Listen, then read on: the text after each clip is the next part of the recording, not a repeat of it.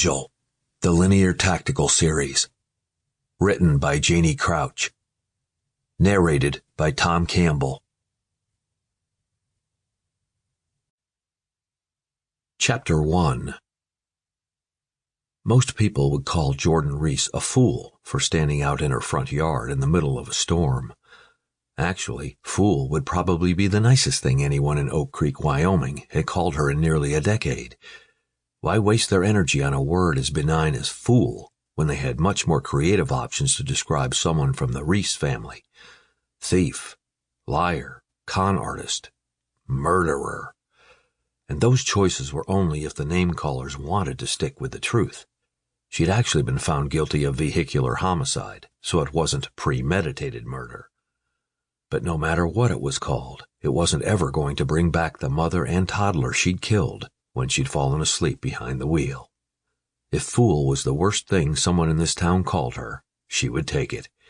It was her choice to stand in the rain, a choice she hadn't had for the past 6 years. Life inside the Wyoming Women's Center hadn't been too traumatic overall. Not like something out of a mature adults-rated TV show. She hadn't had to buy protection with cigarettes or become somebody's bitch. But all Jordan's choices had been taken away from her there. Since 3 months before her 18th birthday, she'd been told when to get up, when to go to bed, when to eat, when to go to the bathroom, and definitely when she was or was not allowed outside. For 6 years of her life, other people had made choices for her. But not today, and not for the 77 days since she'd been out. There wasn't anything special about today except for the fact that she was choosing to stand in the rain like an idiot. She was letting the rain wash over her. Maybe, if she was lucky, it would wash away a little of the past. She lowered her head and held out her arms, breathing in the smell of the wet earth. This land had always brought her strength. Jordan's mother's family had lived here in Teton County for 5 generations. Each daughter had had only one daughter, and the house had been passed down to her. She wished any of her family were still alive for her to talk to now, to lean on and borrow support.